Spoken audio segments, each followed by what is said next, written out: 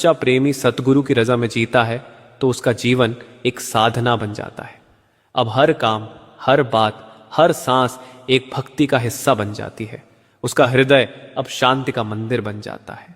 सुमिरन अब सिर्फ ध्यान के समय नहीं होता, वह तो हर क्षण का हिस्सा बन जाता है। जब चलता है तो भी सुमिरन, जब खाता है तो भी सुमिरन, जब लोगों से बात करता है तब भी भीतर सतगुरु की याद बनी रहती है। यही वह स्थिति है जिसका जिक्र बाबा जी ने किया था, हर सांस में संतमत को जीना। एक बार एक सेवादार ने बाबा जी से कहा, महाराज, मैं सुबह सुमिरन करता हूं लेकिन दिन में मन बहुत भटकता है, क्या करूं? बाबा जी ने मुस्कुराकर कहा, बेटा, सुमिरन केवल बैठने की चीज नहीं है, यह तो चलने की प्रक्रिया है। जैसे तू सांस लेना बंद नहीं कर सकता, वैसे ही सुमिरन बंद मत कर। ध्यान में बैठकर अभ्यास कर, लेकिन दिन भर में याद बनाए रख। जब भी समय मिले मन को पल भर के लिए भी भीतर खींच ले, यही सुमिरन की गहराई है। रजा में जीना दरअसल यह समझना है कि मैं कुछ नहीं, सब कुछ वही है। जब तक यह मैं बाकी है तब तक मन संघर्ष करता है, लेकिन जब यह मैं मिटने लगता है तब शांति उतरती है। यही मिटना प्रेम की असली पहचान है। प्रेम का अर्थ अधिकार नहीं बल्कि अर्पण है। एक सुंदर प्रसंग है।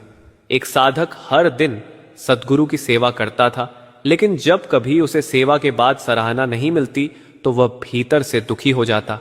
एक दिन सद्गुरु ने पूछा, बेटा, तू सेवा किसके लिए करता है?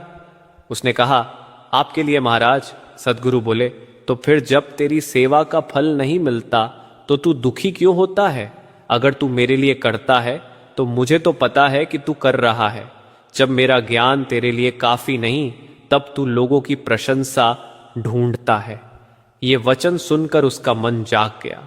उसी दिन से उसने सच्ची सेवा शुरू की, बिना इच्छा, बिना अपेक्षा, केवल रजा में। यही सच्चा सुमिरन है, जब मन और आत्मा दोनों सतगुरु की याद में डूबे हों। अब सुमिरन शब्दों से नहीं, भावों से होता है। ये वही सुमिरन है जो आत्मा को शब्द की ओर खींचता है। संत कहते हैं कि जब सुमिरन सच्चा हो जाता है तो शब्द भीतर बोलने लगता है। तब आत्मा को प्रकाश का अनुभव होता है और भीतर से एक मीठी धुन सुनाई देने लगती है, वह धुन जो आत्मा को अपने स्रोत तक खींच ले जाती है। यही शब्द, यही नाम, यही धुन आत्मा का असली घर है।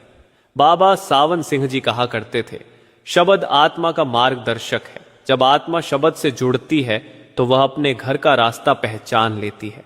इसलिए सुमिरन का उद्देश्य यही है कि हम उस धुन तक पहुंचे जहां से आत्मा आई थी।